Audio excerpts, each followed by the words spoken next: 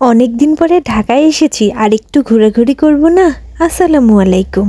তো ৬-৭ ঘন্টা জার্নি করে এসেছি, তার জন্য সবাই মিলে একটু রেস্ট নেওয়ার পরে সন্ধ্যার সময় বেরিয়ে পড়লাম। আমরা উঠেছি আমার মামার বাসায়। মামার বাসা থেকে শপিং মল অনেক কাছে থাকায় এখান থেকে হেঁটেই যাওয়া যায়। এখানে অনেকগুলো স্ট্রিট ফুডেরও দোকান আছে দেখলাম। এই তো আমরা ৫ মিনিট হাঁটার পরে চলে আসলাম শপিং মলে। এটা হচ্ছে টোকিও স্কোয়ার, এই শপিং মলটার নাম। শপিং মলে আসার কারণ হচ্ছে আমাদের একটা ব্যাগের দরকার ছিল, ওই জন্য তাড়াহুড়ো করে আসা।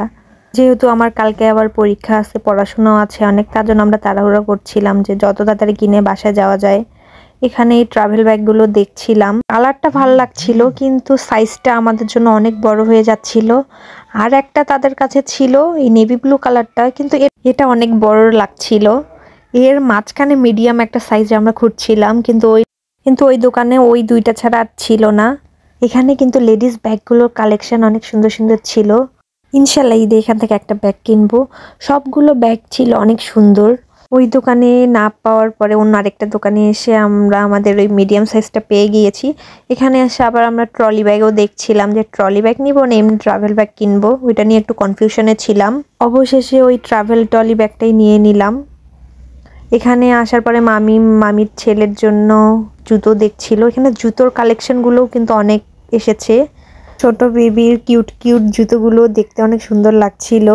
যেহেতু মামি আজকে বেবিকে বাসায় রেখে এসেছিল, তার জন্য কিছু চয়েস করে রাখলো যে নেক্সট টাইম আসলে ওর জন্য কিনে নিয়ে যাবে। এখানে কিছু আমরা টু পিস দেখছিলাম, টু পিসের কালেকশনগুলো নতুন অনেক সুন্দর সুন্দর এসেছে। যেহেতু ব্যাগটাই আমাদের দরকার ছিল অনেক, তার জন্য ব্যাগ কেনার পরে বাসা চলে যাচ্ছিলাম। যাওয়ার সময় এখানে সুইট কর্ন বানাতে দেখে তো আমি আর লোভ সামলাইতে পারলাম না, তো এখানে সুইট কর্ন নিয়ে নিলাম মামি আর আমি। খেতে ভালোই লেগেছিল। খাওয়া দাওয়ার পরে এখন আমরা চলে যাব বাসায়। আজকের ভিডিওটা এ পর্যন্তই। দেখা হবে আবার নেক্সট ভিডিওতে। আল্লাহ হাফেজ সবাইকে।